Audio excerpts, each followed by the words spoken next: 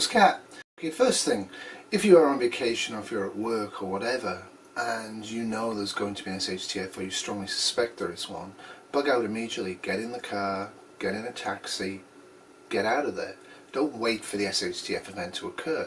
So in this scenario, Dad and his family are at Disney World and shtf has happened and they haven't had time to bug out. And he feels that he needs to walk or get back to Daytona Beach for supplies from his father-in-law. And the concept seemed to be that there's no chance he could possibly make it. Well, let's have a little look at that. Now, if there's a massive earthquake in central Florida that takes out a lot of people, if I was Dad on YouTube, I probably would walk back to Daytona Beach, to be honest with you, rather than sit around waiting for help to come. If it is so colossal an earthquake, it's actually better to use your energy and supplies you have initially to get yourself out of the central earthquake zone in this sort of scenario, because there's literally millions of people requiring help, so you're going to be way down the list.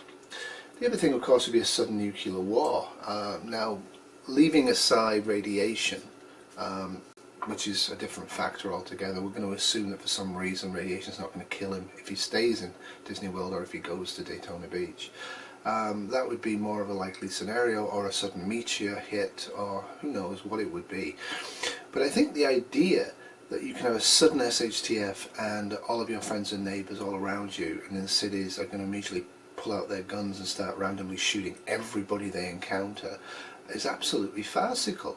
Like, what's going on in these people's heads to expect that rule of law, common decency, moral behaviour will just end the minute society appears to have fallen?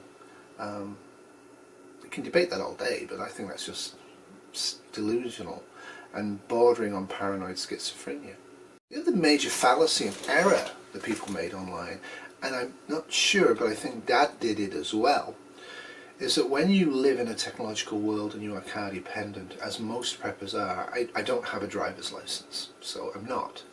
So my first thought was, oh, if you have to go from Disney World to Daytona Beach, how long would it be? I think Dad said about 100 miles. If you look at various websites, look at various travel sites, you'll find that's about true. It's about 110 miles by car, it's about 122 miles by bike. But it isn't. That's dependent on car and bike lanes that are asphalt. I told Dad you need maps, and you do need maps. If you're going to go on vacation, have detailed maps of where you're going and how to get back from there, because finding water sources and routes is very important. How actually long, how far is it to walk from Disney World to Daytona Beach? It's 74 to 75 miles if you walk on trail systems, and there's loads of trail systems, tons of them. So suddenly Dad and his two young girls and his wife, all of whom by the way are physically fit, all of whom have good psychological profiles as far as I can tell from online, this is like the ideal nuclear family to walk a long way in a disaster scenario. And I still can't get over people say he couldn't do 100 miles. He can, but he actually doesn't need to. He needs to be walking for approximately 30 hours at 2.5 miles an hour to get from Disney World to Daytona Beach. If he walks for 12 hours and rests for 12 hours and sleeps for 12 hours, that's going to take 2.5 days. So yeah, he can walk from Disney World to Daytona Beach in under 3 days. Now, will there be violence? Will there be looting? Will there be problem in a sudden catastrophic event? Possibly. But history shows outside of high crime areas that's really not a factor.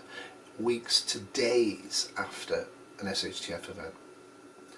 The mythology of the mob becoming wild and lawless is a government mythology, and it's a mythology that's in place to reassert government control over areas that have lost government control because of a disaster, that usually are actually managing the situation quite well voluntarily.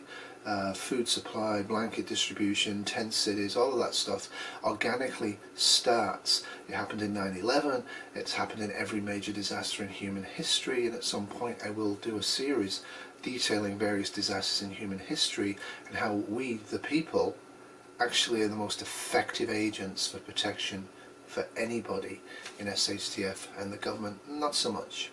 That's not an anti-paranoid government rant, it's just the truth. Government systems are clumsy and reliant on electricity and technology and transport, whereas we the people develop systems that rely on ingenuity and brains. Now, I did say he needs maps, he needs detailed maps, and the reason for that is because you need to be able to find the water sources. So what would you actually realistically need to do in this scenario? Now, as a prepper, and bear in mind Dad is a prepper, if he was going to go to Disney World, he probably wouldn't be taking an AK-47, which seems to me, to most American preppers, to be their go-to survival technology, which again implies fantasy and paranoia and possibly borderline personality issues. What he actually needs is to put into his suitcase, actually into all three of the suitcases, or 4 suitcases, a small amount of aquatabs, and a few fire starters, and a few sheets, and a few bits and bobs. Because he's going to, and a couple of backpacks, right? And he's walking around Disney World with his family anyway, so they have probably got backpacks, or at least 1 or 2. And he's probably walking 10 to 11 miles every day at Disney World or more, because that's what people do. So he's already got a high level of fitness, as has his children, and that's a key thing here. Most people's children online are overweight and out of control. Sorry, but they are, and I wouldn't want them in my bug out group. But Dad's family is smart, sensible and sane. Their kids would be a huge asset. They'd be working in grid down. This is not your normal standard North American family of entitled crazy children who probably need to be drugged. So to walk for 3 days would be fine. So how would he do it? So he'd have aquatabs, he'd have some survival gear with him because he's a prepper. If he was able to, he'd drive a hire car, get out of there. Obviously, one of the main things I would recommend is that you would hire or steal bikes from Wilderness Lodge or any of the 8 areas in Disney World and bike as far as you can. That's going to speed this up dramatically. If he can actually get bikes, he can make this in a day and a half with his family, from start to finish, which dramatically improves his odds of getting there.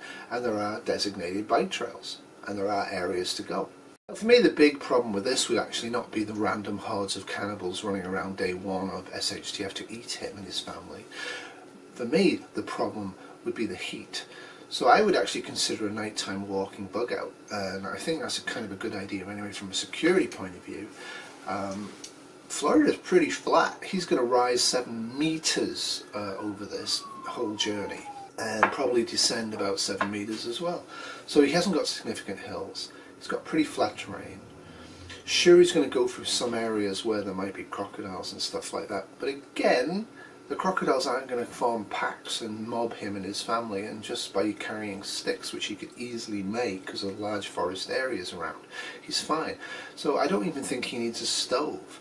I think his idea of grabbing a jar of peanut butter or having a jar of peanut butter with him is a pretty good one in this scenario. To be honest, on a bike he doesn't need anything other than water. And if he's walking out of there, he doesn't need any much food at all.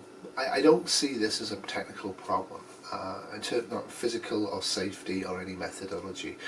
If he has decent maps and he's planned it out in advance, which he should do as a prepper, and he's took basic survival stuff with him, including decent shoes for his entire family, there's no reason why he can't travel 75 miles on foot.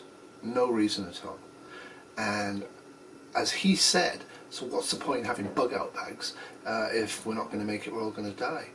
And I think that's a definite point of view.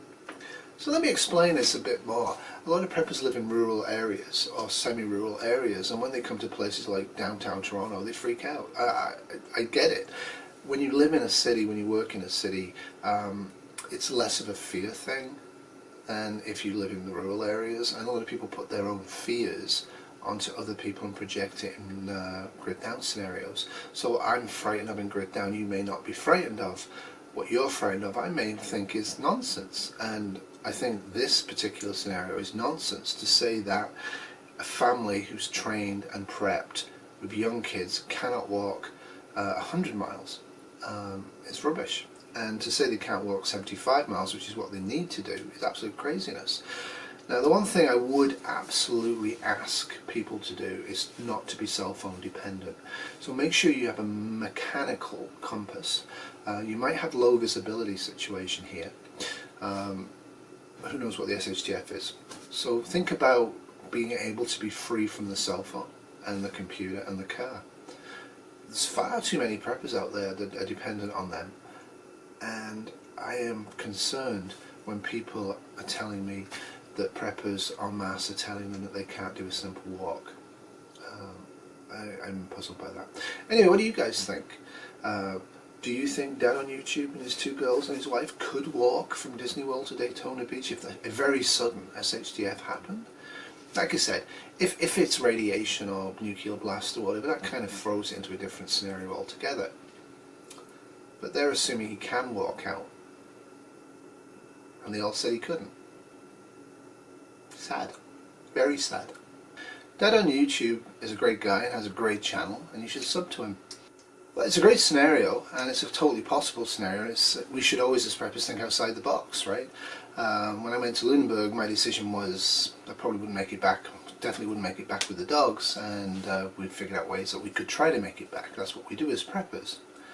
But this one's interesting because he was told he wouldn't make it. No chance at all, by a huge bunch of people. And he says that on the live stream there was nobody who supported his viewpoint that yes, he could make it. First off, live streams can be echo chambers.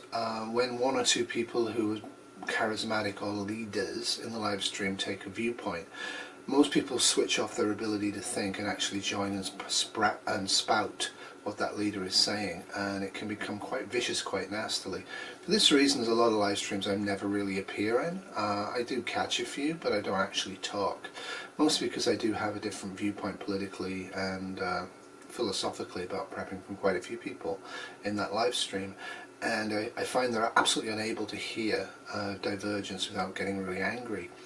One of the great things on my channel is that I have a lot of people who have extremely different viewpoints from me, and we can chat with each other and actually mutually respect the other person's viewpoint as being wrong without having to get angry because we don't feel threatened that our viewpoint is wrong. Well, that's all for me. So remember, in SHTF, tomorrow will always be worse than today if you don't prepare. Toodles.